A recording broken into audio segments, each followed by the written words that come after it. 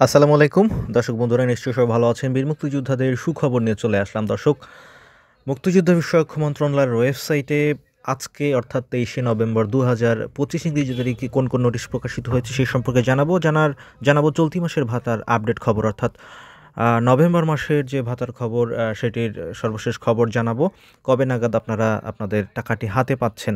এবং দর্শক, বিস্তারিত জানার আগে আমরা আরেকটি কথা জেনে নিই। সেটি হচ্ছে যে এই চ্যানেল থেকে নিয়মিত মুক্তিযুদ্ধ বিষয়ক খবর আপডেট প্রকাশ করা হবে।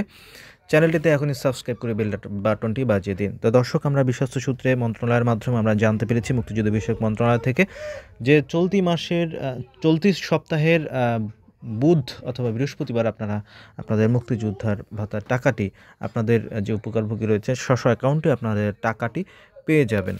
তো দর্শক, এছাড়া জানাবো আজকে যে নোটিশ প্রকাশিত হয়েছে সেই সম্পর্কে। এখানে আপনারা স্ক্রিনে দেখতে পাচ্ছেন বীর মুক্তিযুদ্ধ এবং মুক্তিযুদ্ধের সহযোগীদের কল্যাণে সরকারি হাটবাজারে রিজার্ভলব্ধ আয়ের 4% ব্যয় নীতিমালা একটা পরিবর্তন আসছে, এই সংক্রান্ত একটি নোটিশ জারি হয়েছে 23 তারিখে। এছাড়া বীর মুক্তিযোদ্ধাদের চিকিৎসা সেবা প্রদানের জন্য 2025-26 অর্থ বছরে দ্বিতীয় পর্যায়ে 1 কোটি টাকা বরাদ্দ প্রসঙ্গে একটি আর্থিক মঞ্জুরি প্রজ্ঞাপন জারি হয়েছে। এছাড়া বীর মুক্তিযোদ্ধাদের চিকিৎসা সেবা প্রদানের জন্য প্রথম পর্যায়ে 2 কোটি টাকার বরাদ্দ জারি করা হয়েছে। এবং এর আগে 3টি নোটিশ প্রকাশিত হয়েছিল 20 তারিখে। সেটি ছিল জুলাই অভ্যুত্থানে আহতদের চিকিৎসা সহায়তা বাবদ এবিসি ক্যাটাগরিতে 119 জন। এছাড়া আরেকটি ভিন্ন নোটিশে 38 জন এবং 3485 জন জুলাই যোদ্ধাদের জন্য বিভিন্ন হসপিটালে তাদের বরাদ্দ,